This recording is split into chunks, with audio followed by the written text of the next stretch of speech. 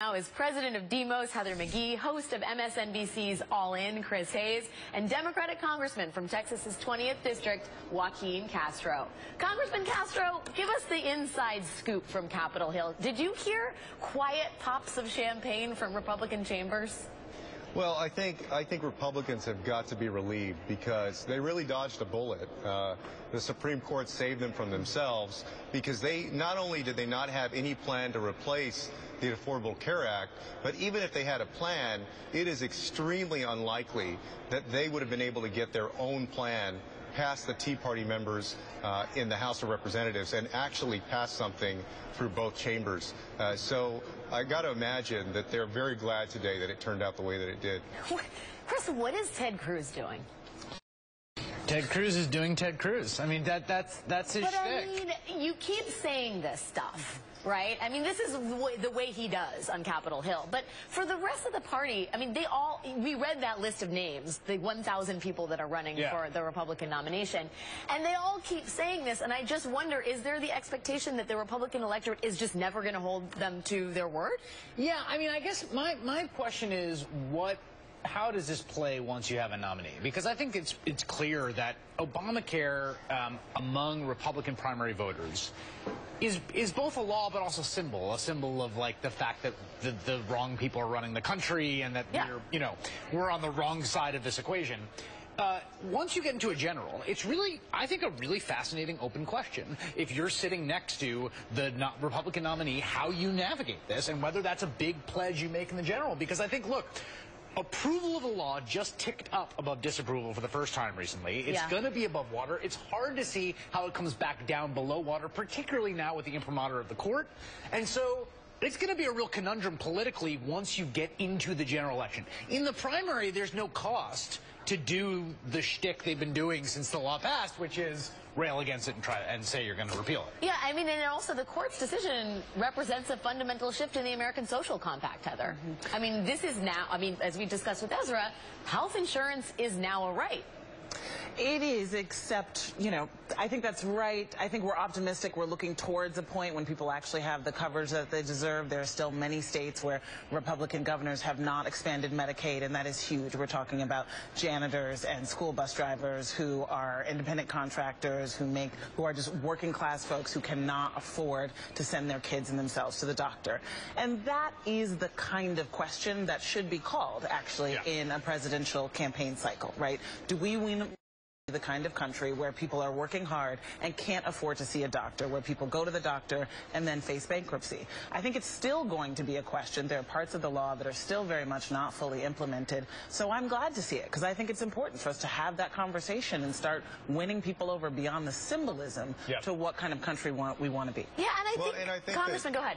Yeah, well, I think also it'll be interesting to see when they finally move away from the repeal language and onto trying to fix the law. And it may be in the general election where they do that, but the chances for repeal get worse and worse with each passing year because more people are enrolling in the Affordable Care Act, so that makes it tougher to actually take it away. But I think the best case scenario for Republicans going forward, just in terms of the politics, is that this becomes a chronic political issue for them in the way that the abortion issue is, entitlements, that it's something that they can keep coming back to and not invoke the same furor that you've seen over the last few years among their base, but something that they can continue to stoke people with. But if it is a straw man, Chris, I mean, there is something that's very evident from today's decision, which is maybe the most important thing post-2016 is the court and who sits on it, right? I mean, I want to talk a little bit about Scalia and the language that he used in his dissenting opinion, apart from choice phrases like "that's pure applesauce" and not argy-bargy, that's a squeeze. Argle-bargle. Argle-bargle. Jiggity poker. Which I know you're prone to use on your show. All the time. So, but the bitterness and the vitriol, I mean, at one point he was like, this is an unnatural interpretation of the law. And I feel like the phrase SCOTUSCARE sort of reveals a deeply emotional partisan core that informs Scalia's decision making. And I wonder how how much, well, when you read that, first of all, what was your reaction? And then as we look at the core more generally, like, how terrified should people be coming up in the next Right. I mean, look, the Scalia dissent is a few things. One, it's an absolutely entertaining read. It's a must-read. It's a must-read. And Scalia in dissent is great. Like, everybody wins when Scalia's in dissent. We get to read the dissent, and he doesn't run the country. And so, like, it's right. it is a win-win because, like, he's sort of at his best in dissent, and then also he's not making law. So, like, Scalia dissents, yay. But yes, I mean, look, this could have been one of the things that we've seen is that Roberts and Alito were, I think, in many minds in similar places in terms of their judicial temperament, and there's been a real diversion in the two. Alito looks a lot more like Thomas and Scalia as time goes on. Roberts looks not like anyone else, really, partly because he's the Chief Justice and he's managing the court in a very interesting way. Yeah. And, you know, we still have this EPA case, which they could, after they, like, find a constitutional right to gay marriage, then just, like, absolutely put a stake through the EPA's ability to regulate the air. And thus the planet. But for this court, the EPA, if they rule, you know, with the conservatives on the EPA, they are very pro-business. Roberts is very pro-business. And, in fact, this decision helps all the insurance companies that were basically being tossed by the wind, you know, waiting for this outcome. One of the things people said from the beginning, this was true in Roberts' confirmation hearings and been true throughout, is that he is a very savvy political operator, right? Yeah. Over and above being a jurist and a very, very able litigant before the court, he is a very smart political operator and understands the stakes and sort of maneuvering institutionally of the court with respect to Congress and also the fate of the Republican Party. And there is a strong argument to be made that, as the congressman said, Roberts helped save Republicans from themselves. Yeah. I mean, that he actually gave them the most favorable political outcome, even if it's not the most favorable ideological outcome. Which he may do on gay marriage, which I think is another issue that they would like to see taken off the table. But, Heather, we should not let this by without mentioning the other really big deal, the big decision that came down from the court on fair housing.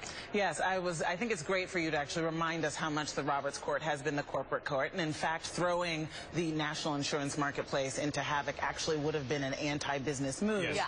The other hallmark of Chief Roberts, though, has been his reactionary colorblindness on trying to repeal the idea that the courts have anything to say to protect people of color from discrimination. And so that is why, frankly, I almost fell off my chair today when reading that we actually were able to prevail in the Inclusive Communities case, which is a case which could have said, and the civil rights community was very concerned, that it was going to drive a stake into the heart of the Fair Housing Act, as he did into the heart of the Voting Rights Act, by saying, against all cognitive science and the way that we know that people actually are discriminatory, which is not by sitting around, you know, saying racist words, but in fact by just carrying the legacy of structural racism in all the decisions that we make so often as policymakers. So it's a big day. The Fair Housing Act is still there. You can still prevail as a plaintiff on the idea of disparate impact. The folks in Dallas who brought this case are still going to be able to say, you know what, we want integrated neighborhoods, and the government should stop placing low-income people in only poor minority communities.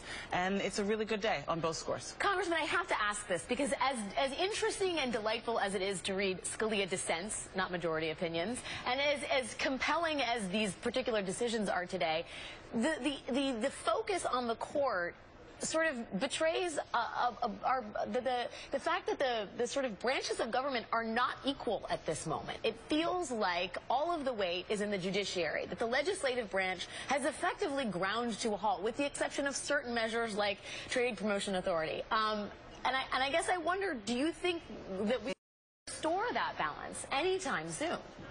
I certainly hope so. You know, it has been tough the last several years. The last two sessions of Congress have been the least productive sessions in American history. But really, the fact that the court can come in and make these rulings, I think, is a testament to the structure of American government and the checks and balances. You take marriage equality, for example.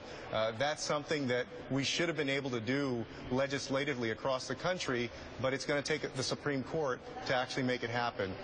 And so even though the court is carrying a lot of the water right now, I think it speaks well to our overall system of government. Congressman Joaquin Castro, Heather McGhee, and our own Chris Hayes, thank you guys all for your